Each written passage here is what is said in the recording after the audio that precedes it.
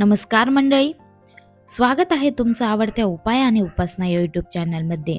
लवकरच आपल्या सगळ्यांच्या घरी गणपती बाप्पा येणार आहेत. 27 तारखेला गणेश उत्सव म्हणजेच भक्तिभाव, आनंद आणि एकतेचा महासागर येतोय. हा उत्सव फक्त महाराष्ट्रातच नाही तर संपूर्ण भारतात आणि जगभरातल्या भारतीय समुदायामध्ये मोठ्या प्रमाणात साजरा केला जातो. गणपती बाप्पांचं आगमन झालं की संपूर्ण वातावरण भक्तिभावाने उजळून निघतं. ढोल, ताशे, गजर, आरत्यांचा मंगलध्वनी आणि मोदकांचा गोडवा या सगळ्यांमुळे गणेश उत्सव हा खऱ्या अर्थाने आनंद उत्सव बनतो.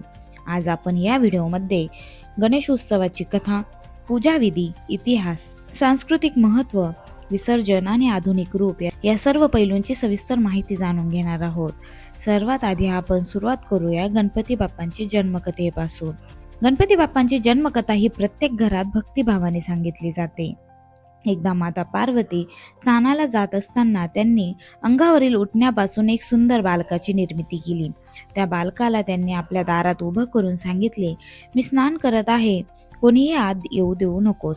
थोड्या वेळाने भगवान शिव आले. गणेशाने त्यांना थांबविले आणि आत जाऊ दिले नाही. त्यामुळे शिवरुद्र रागवले आणि क्रोधाने त्यांनी त्या बालकाचे शिर छाटलं. पार्वती मातेने हे पाहिल्यावर त्या दुःखाने व्याकुळ झाल्या. संपूर्ण विश्व अस्थिर झालं. मग देवांनी शिवांना विनंती केली. शिवांनी विष्णूंना सांगितलं, ज्या प्राण्याचं सगळ्यात आधी डोकं दिसेल ते आणा. विष्णूंनी हत्तीचं मस्तक आणलं, ते गणेशांच्या धडावर लावलं आणि त्या बालकाला पुन्हा प्राण मिळाले. त्या दिवसापासून गणेशाला प्रथम पूज्य देवता मानलं गेलं. ते झाले विघ्नहर्ता, अडथळे दूर करणारे आणि सिद्धिविनायक, सिद्धी व बुद्धी देणारे. गणेश जन्मकथा आपल्याला शिकवते, श्रद्धा, संयम आणि भक्तीने कोणतेही संकट पार करता येते. आता जाणून घेऊया गणेश पूजन पद्धत. गणेश उत्सवात सर्वात महत्त्वाचा भाग म्हणजे पूजन विधी. सर्वप्रथम घराची स्वच्छता करून पूजेचं ठिकाण स्वच्छ आणि शुद्ध केले जातं. कलश स्थापना केली जाते, जो मंगल कार्याचं प्रतीक आहे. कलशावर नारळ ठेवून त्याला कुंकवाचा टिळा लावला जातो. त्यानंतर शुभ मुहूर्तावर गणेश बाप्पांची मूर्तीची प्रतिष्ठापना केली जाते. ओम गण गणपते नमः हा मंत्र उच्चारून बाप्पांना आवाहन केलं जातं. मग त्यांना आसन, वस्त्र, हार, फुले, अक्षता अर्पण केले जातात. पूजेमध्ये 21 दुर्वा, 21 फुलं आणि 21 मोदकांचा समावेश असतो. दुर्वा थंडाव्याचं प्रतीक, फुलं भक्तीचं प्रतीक. मोदक हा गणरायांचा आवडता नैवेद्य. त्यानंतर गणेश अष्टविनायक मंत्र, अथर्व शीर्ष आणि आरत्या केल्या जातात. सुखकर्ता, दुःखहर्ता ही आरती गणेश भक्तांचं सार आहे. पूजा पूर्ण झाल्यावर नैवेद्य अर्पण केला जातो आणि मग भक्त प्रसाद ग्रहण करतात. अशी भक्तिभावाने केलेली पूजा घरात सुख, शांती आणि समृद्धी आणते. आता आपण गणेश उत्सवाचा इतिहास जाणून घेऊया. गणेश पूजन प्राचीन काळापासून चालत आलं आहे, पण सार्वजनिक गणेश उत्सवाची सुरुवात 1893 मध्ये लोकमान्य बाळ गंगाधर टिळक यांनी केली. त्यावेळी ब्रिटिश सत्तेविरुद्ध लोकांमध्ये एकता निर्माण करण्यासाठी त्यांनी गणेश उत्सवाला सार्वजनिक स्वरूप दिलं. मंडळ स्थापन झाली. व्याख्यान, भजन, कीर्तन, देशभक्तीपर गाणी गायली गेली. गणेश उत्सवाच्या माध्यमातून समाजाला जाग करण्याचं मोठं कार्य टिळकांनी केलं. आजही आपण पाहतो की हा उत्सव फक्त धार्मिक नाही तर सामाजिक आणि राष्ट्रीय एकतेचं प्रतीक बनला आहे. गणेश उत्सव हा भारतीय संस्कृतीचं जणू आरसच आहे.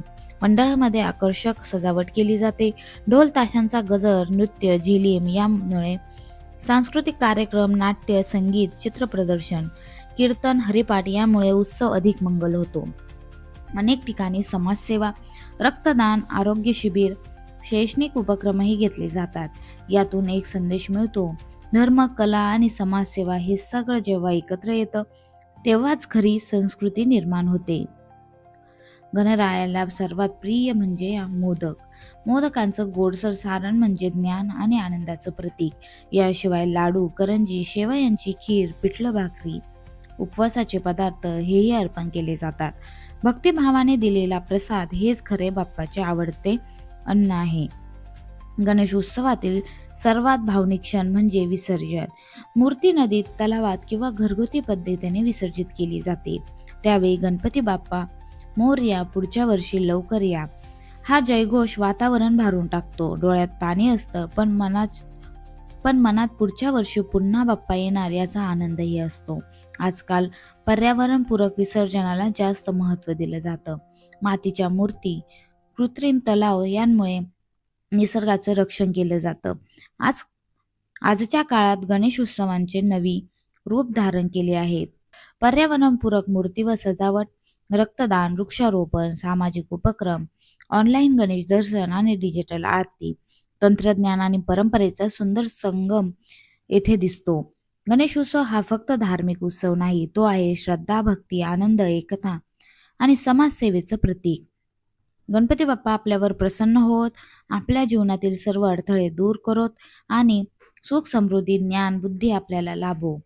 हा व्हिडिओ तुम्हाला कसा वाटला ते कमेंट करून नक्की सांगा. आवडल्यास मित्रमैत्रिणींना शेअर करा. अशाच आध्यात्मिक माहितीसाठी आपल्या उपाय आणि उपासना या चॅनलला सबस्क्राईब करायला विसरू नका. गणपती बाप्पा मोरया, मंगलमूर्ती मोरया. धन्यवाद.